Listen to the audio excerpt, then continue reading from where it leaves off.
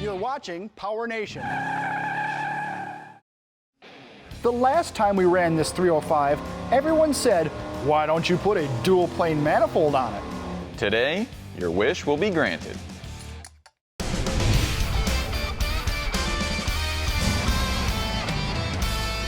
Hey everyone, welcome to Engine Power. Not too long ago, we started a segment called Back to Basics, where we went over some simple engine tech on the dyno. We started out with our 305 here, and it was in pretty rough shape, but we got some seriously cool results. If you haven't seen that, check this out. The engine had baseline numbers of 177 horsepower and 249 pound-feet of torque. We tested the 305 by making adjustments to timing, swapping carburetors, changing air cleaners, and trying several different weights of oil. By adjusting the timing for peak power, we picked up 12 horsepower and 20 pound-feet of torque. Carburetor selection made the biggest difference. Going from a 2-barrel 500 CFM unit to a 4-barrel 950 CFM carb, we gained 36 horsepower and 33 pound-feet of torque. Air cleaner selection made a smaller but still noticeable difference. The 14-inch high-flow design was good for 5 additional horsepower and 4 more pound-feet of torque compared to the OEM model. We thought that running thin 0W10 oil might give us a little more horsepower, but on this particular engine, it made almost no difference at all. By the end of the day, the engine made 32 more horsepower and 34 more pound-feet of torque than the baseline run.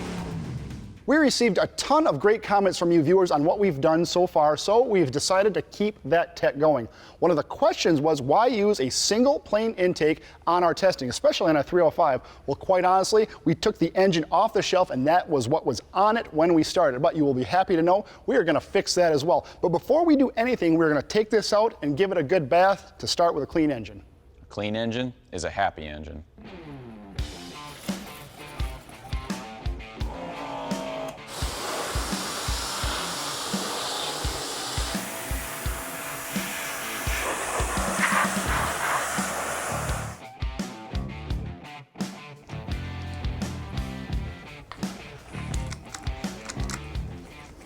We have our banged up 305 ready to run on the dyno, aside from how we want to mix the air and fuel. And this time we're going to go a little more high-tech than last time. We will be installing one of Holley's Sniper XFLOW units. The XFLOW has a contoured top, just like a high-end carburetor, but it contains 4 120-pound injectors that will support up to 800 horsepower naturally aspirated. But if you want to put a little bit of boost to it later, it also has an internal 2.5 bar map sensor. We will be using this instead of a carburetor to make easy tune-up changes without getting our hands all dirty.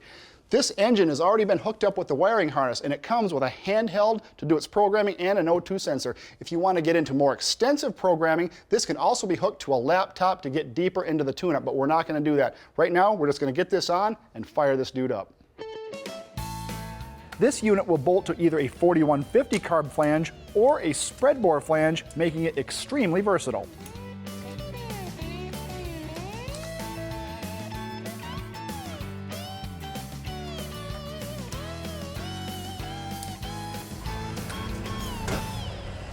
So am I running this thing? Well, you're going to fire it up, and you are doing the dyno on this. Okay, that's why I was asking. That's fine. Are you nervous? I mean, a little bit, but not about the dyno, just doing it, I guess. Like the dyno, Only thing you do is just don't mess it up. I mean, as long as you hit start, you're good. As long as it runs. As long as you hit start, you're good. Just don't blow it up. Yeah. You have obviously run some dyno stuff before. Yeah, I've ran a dyno, just never here. All right, light it. Ready? Yeah. Oh, see, starts right up. I was waiting for you to pump it. No, I don't need to. I don't need to. It just fires right up. Good of oil pressure. My last birthday, my wife made me this really nice cake. So I'm getting up there in age, right? But she made me a cake that was shaped like a clock. But I told her I couldn't eat it. Why? This is too time consuming.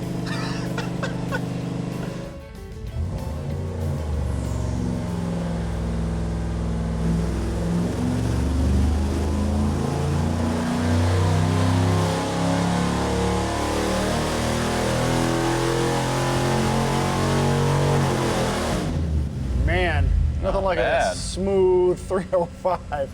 Yeah. Hey, look at that. Hey, 214.9 Yeah. and 277. We didn't make any fueling adjustments. Yeah. Actually set your, we have like the wide open at 13.0. Yeah. Super rich, but that's, I mean, that's pretty close and actually more power than we made before, so. Yep, a little bit more power than we made before. Yeah. Dang. Coming up, our 305 gets a little bit cleaner and a little bit meaner.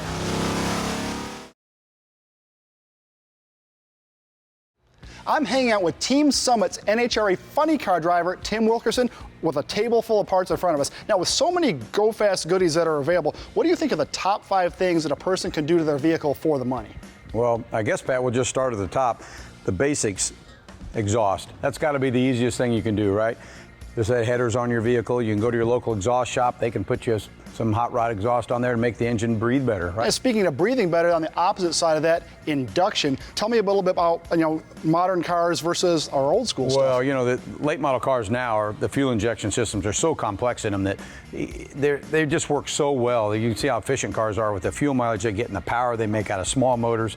But your older vehicles, we have this kind of thing, right? We have a 4-barrel intake manifold that is going to make your vehicle a little bit faster, make it a little more efficient. The induction systems, the carburetors. Yep.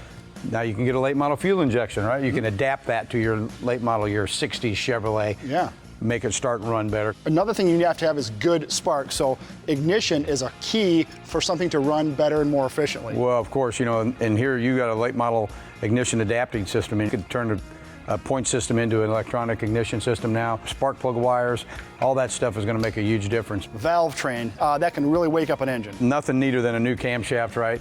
Camshafts, late model roller rockers now have reduced all the friction problems we used to see. Now we have late model rocker arms. That kind of stuff really makes a big difference in friction reduction. These come in kits.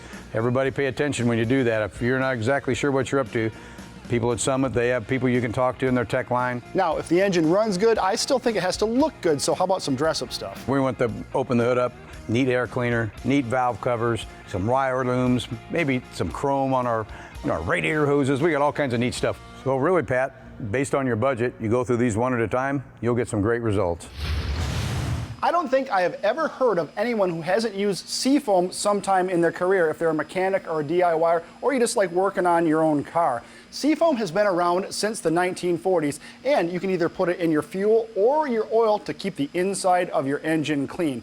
Now, for our particular application, we are going to be using their high mileage formula. This is specially designed for engines with over 75,000 miles. Now, I'm going to go out on a limb, but I think this engine will fall into that category. So what we're going to do is run some SeaFoam through it, drain the oil, put some fresh oil in it, put another round of SeaFoam through it, and then we're going to continue with our testing. I think that's going to do the trick. The cool thing about SeaFoam is that it contains no harsh chemicals or detergents, just petroleum-based cleaners and lubricants. It cannot harm the inside of your engine.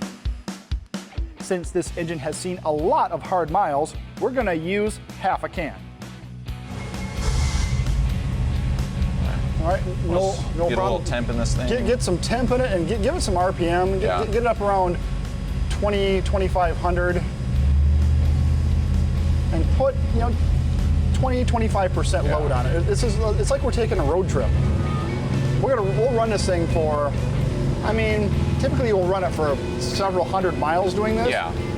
We can put miles on it just by running it. Yeah, right? we can just sit here and do it on the dyno. But let's run this thing for a half hour.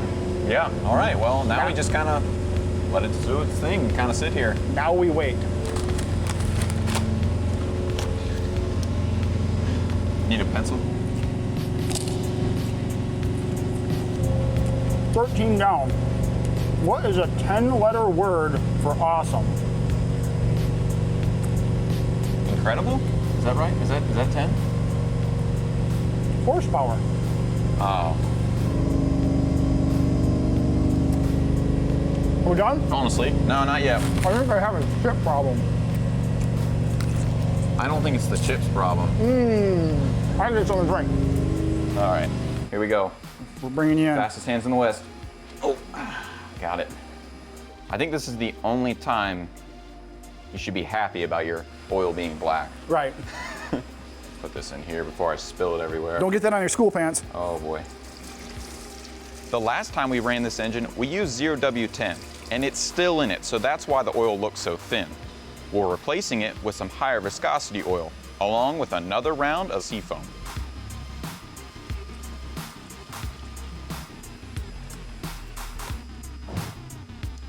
All right, let's do it again. It immediately has more oil pressure because it doesn't have like lacquer thinner it for oil. So Yeah, it's a lot thicker. all right, let's run her up. Get this warmed up then. Let's do another half hour. Yeah. Did I ever tell you about my horse, Mayo? The horse Mayo? Yeah, I called him Mayo. Why? When I would go home, mayonnaise. What in the hell kind of joke is that? That was good. No? Don't quit my day job, huh? No. I think you better stick to Dyno in there, pal. Yeah, probably.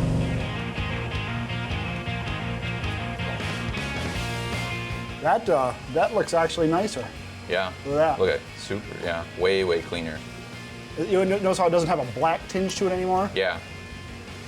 Wow. Up next, setting the Valvetrain to 0 lash is supposed to give you more power. But will it help our little 305?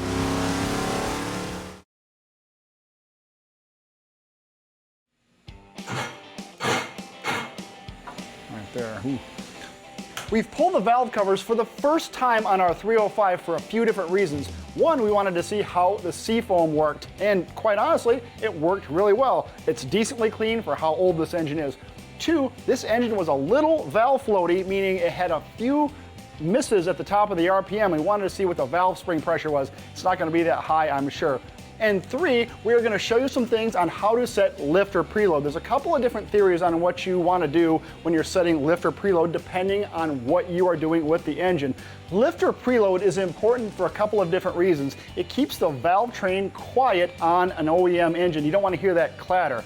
What it does is when you run the push rod down and run preload, you actually depress the plunger a slight amount, and that keeps tension between the valve, the rocker, and the push rod and the lifter, and that's what keeps everything from clacking. We are going to show you how to set lifter preload properly on this engine. Then we're going to try something that you may or may not have heard of people doing at drag strips and circle tracks. There's a common theory you'll hear at some tracks of setting the lifter preload at 0, so there's really no preload at all. This is supposed to increase power, but since we have our engine on the dyno, we figured we'd go ahead and test it. So what we're going to do first is go through and set all the preloads at half a turn, and then we'll do a baseline run, come back, set all the preloads at 0, and see what happens. Setting lifter preload is just about the same on any engine you'll do that has push rods in it. So what we'll do is we'll turn the engine over in the direction of its rotation. I've seen people do it backwards and it screws them up. So we're going to turn this over until nothing happens, and that means the engine is coming up on TDC on that cylinder. And what we'll do is turn it over until the next thing that moves will be the exhaust valve will crack. When that happens, that ensures that the intake is on the base circle of its cam lobe, and that's where we'll set our preload. So go ahead and turn me over there. Next thing will happen, exhaust cracks. We'll loosen our rocker until it has clearance between the rocker and the push rod, and we'll slowly tighten our jam nut down until that goes away, which is considered 0 lash, which is right there. Now we will take at 0 lash and we will add an additional half turn, and that means I have a half turn of preload in that lifter. With the intake set, we will now turn the engine over until the intake valve cycles through and is coming back up to seat. That ensures that when we set the exhaust valve, the exhaust is on the base circle of its cam lobe.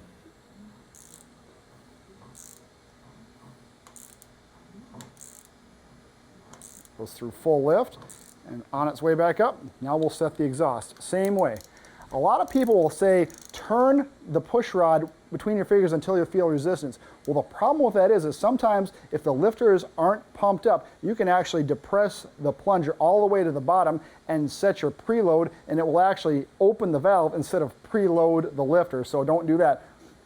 We want to see that there's clearance in between it. We'll tighten our jam nut until there's no clearance between the rocker, push rod, valve tip, and lifter. We're not depressing the plunger yet, we are just at 0 lash, and that's where we'll leave it on the next one. But for right now, we're going to go ahead and put that half turn of preload in the lifter, and we're done. You'll notice that it did open the valve slightly, and that's because the lifter is fully pumped up. After it bleeds down, it goes right back down on its seat. Just because we have to know, before the valve cover goes back on, I'm going to check seat pressure on these springs. They seem a little low just by the way the engine was acting during the pull. So we're going to take our valve spring checker and check seat pressure on them. Ooh, there's about 60, 55, 60. Anything that's loose you can check. 60. As we suspected, a little bit low, 65 to 75 pounds on the seat. Normally a hydraulic flat tappet like this is set up at about 100 pounds stock. That's a little light, and that's why the engine's acting a little weird around 5,000 RPM. No big deal, because we're not going to change it, and it won't affect our test the way we're doing it, so they are what they are.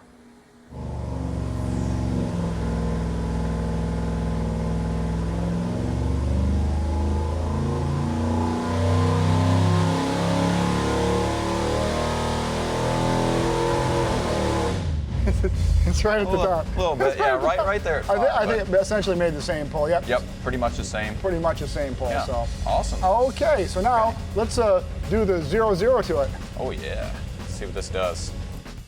This time we'll set everything at 0 lash. This will have different results from engine to engine. It'll be interesting to see what it does on our little 305.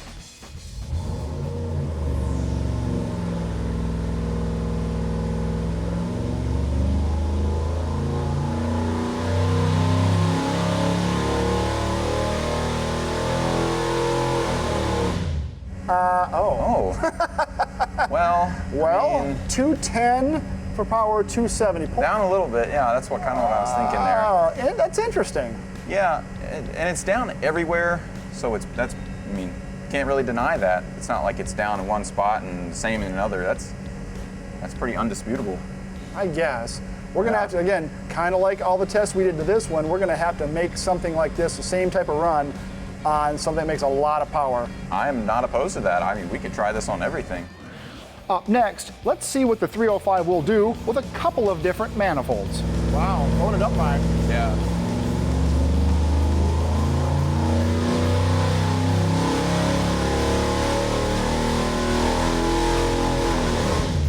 I don't think it was that bad. We've gone ahead and pulled the intake manifold off our 305. Now this is a really small single plane, and we got a lot of comments about why we used it the first time around. To be honest, it was on the engine when it came in, and there really wasn't a big point to pulling it. It ran pretty well, but since we can never leave well enough alone, we wanted to try a few others. First up, we'll be trying a high-rise dual-plane manifold, and then we'll be going to the other end of the spectrum with a pretty racy high-rise single-plane manifold that came off a great running stroker project. We love to try new things here, so we're going to compare the numbers and see how these two stack up.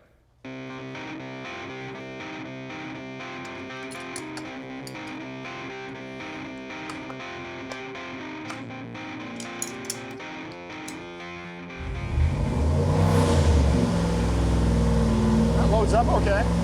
Yeah, very smooth. Oh wow. How about that manifold right there? A little valve floaty on top. Yeah.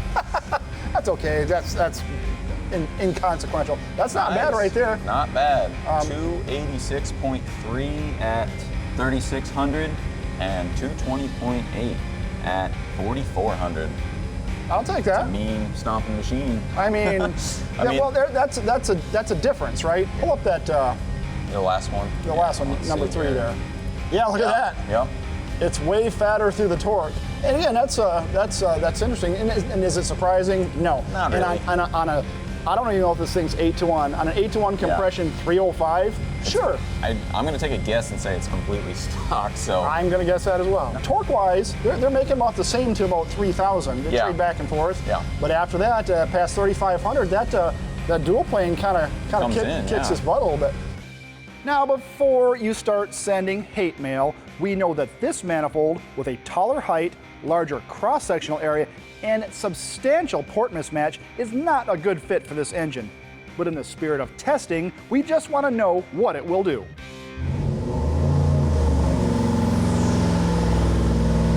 Wow, blowing it up by. Yeah.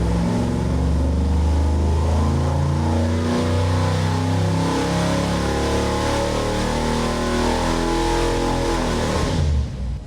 that's a nice looking graph. 281 for torque and almost 220 horse, 218.9. Yeah. I think it's basically in the same spot. Yeah, okay, so overlay the last one to this one. This is going to be straight single plane to dual plane. Yeah. Yeah, there's the difference right there. A little bit of difference. The dual plane still is a little bit better through the middle. Yeah, and then you can see right where they cross over right here around 4,600. Yep. They kind of switch. They switch, but all right, so what did we learn right here? Well, the actual small torquer single plane isn't that bad. No, not that bad. I think because this engine's mostly stock, you know, everything is kind of relative because this is a mild / stock engine, so you might see more of a difference if we go up in horsepower, which maybe we'll have to test this later, just like everything else, you know? Absolutely. But if we had to wrap this all up and tie a bow on it and say, intakes matter, but don't matter that much on something with this much power. Yeah. That injection system is absolutely stellar, and no matter what you put it on, it'll maintain the same air-fuel ratio, and it'll be optimally tuned. It will be tuned up enough where you don't have to mess with it for cold start or a partial throttle or full throttle. Yeah. It's basically, it's done all the hard work for you. So hats off to Holley. They really have a good, that sniper is very, very good. yeah, another successful dyno day. Dyno days are the best days. Yep.